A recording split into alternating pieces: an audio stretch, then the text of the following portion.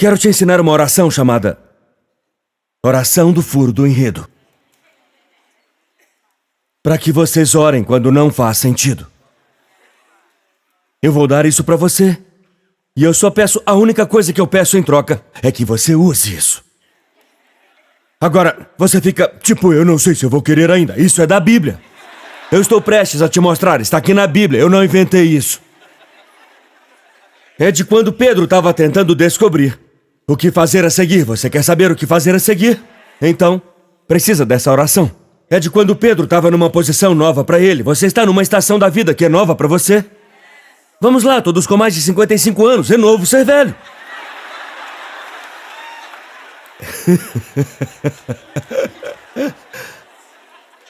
Eu vou te mostrar duas coisas. Vou voltar daqui a pouco. Mas deixe-me chegar nisso. Eles nomearam 2 homens e eles sabiam que eles não tinham nem de longe toda a inteligência para saber o que fazer a seguir. Eles eram inteligentes o suficiente para saber que eles teriam escolhido Judas se pudessem. Isso não deu muito certo. Então eles oraram. Ok? Eles oraram. Senhor, Tu conheces o coração de todos.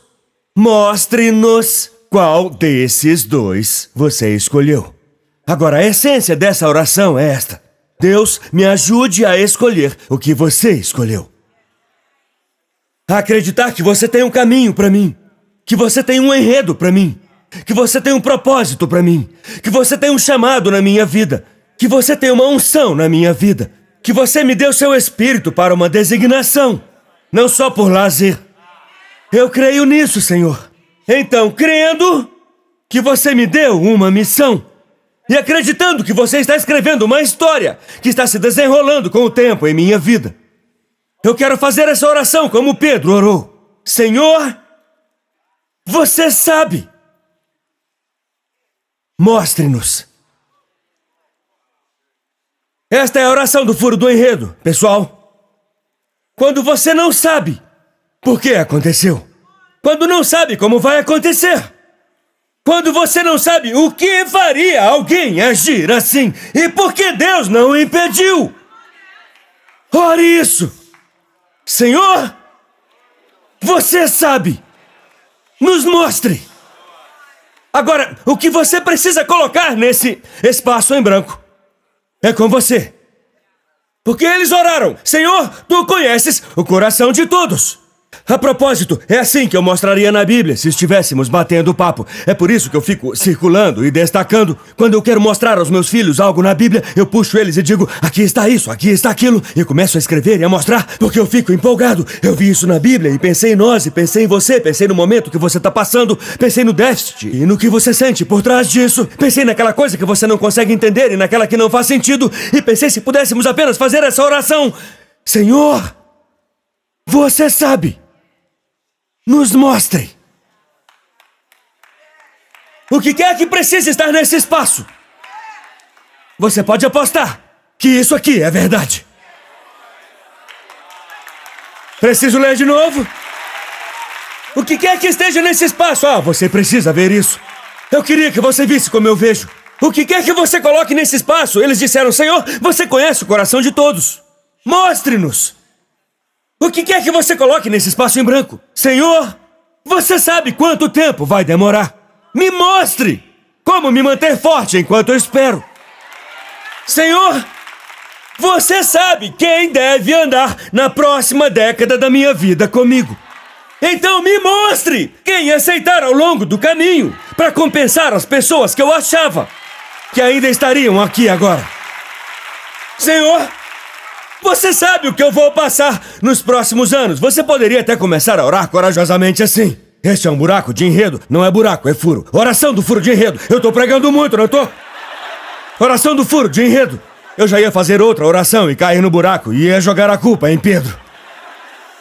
Mas é isso que você pode orar. Veja só. Essa escritura que Pedro está citando foi escrita séculos antes dele precisar dela. Ele não esperou até que ele precisasse disso para conhecer. Ei. Então, eu li novamente. E então, eu fiz a pergunta. Como Pedro sabia? Que, portanto, é necessário. Como ele sabia? Como saber o que é necessário neste momento da minha vida? Como ele sabia o que era necessário? É porque ele sabia o que estava escrito. E quanto mais você sabe disso, melhor você consegue entender isso. Ah, grite como se você fosse um crente tradicional que quer ser um pentecostal. Grite muito agora. Quanto mais eu sei. Alguém diga, quanto mais eu sei sobre o que ele falou, mais eu posso ver o que ele está me mostrando para fazer. Então você chega numa situação, certo? Você chega em um mar vermelho, certo? Mas lê sobre o mar vermelho em algum lugar. Então você não para e morre no mar vermelho. Você lê sobre Moisés, que estendeu o cajado dele. E você diz a si mesmo, e daí? Eu não tenho um cajado, mas eu tenho um louvor. Eu não tenho um cajado, mas eu tenho um aleluia. Eu não tenho um diploma universitário, mas eu tenho calculadora. E 0 mais Deus é igual a infinito se ele estiver comigo.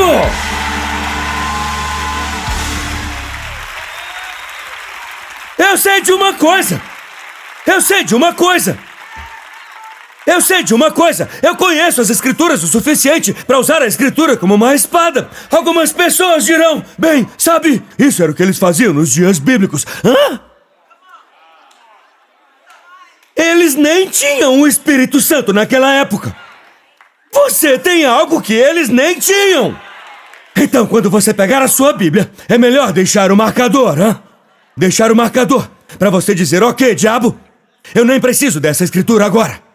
Mas da próxima vez que você aparecer na minha porta, bum, eu vou bater em você com aquela escritura que eu li quando não precisava, porque eu lembro do que eu li quando não precisava e eu passei o marcador nela. Ah, sim, Beyoncé! Passe o marcador nela! Passe o marcador nela!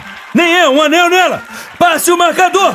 Quando você se deparar com algo que Deus deu a você como maná, passe o marcador nisso. Então, da próxima vez que o inimigo começar a te lembrar da sua vergonha, diga, portanto, já não há, vamos lá, Brasil, portanto, já não há condenação. Eu li na minha Bíblia.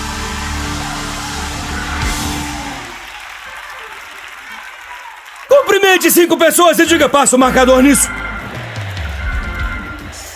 Eu realmente não sinto que esse sermão seja pra mim hoje. Ninguém me abandonou e eu tô indo muito bem. É melhor passar o marcador nisso.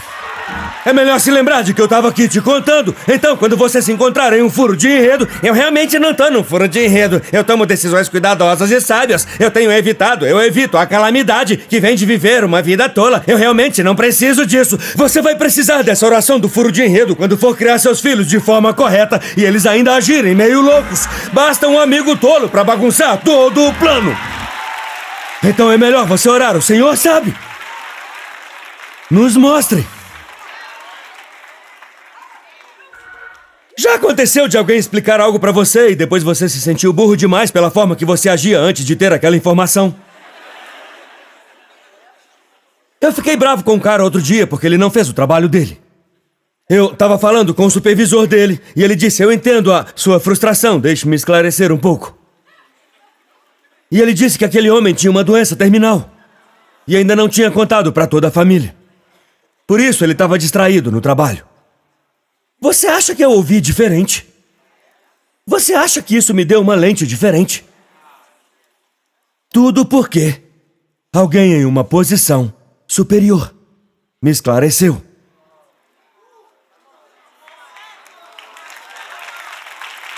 O que você faz quando sua história chega a um furo de enredo? Você diz, Espírito Santo, me encha.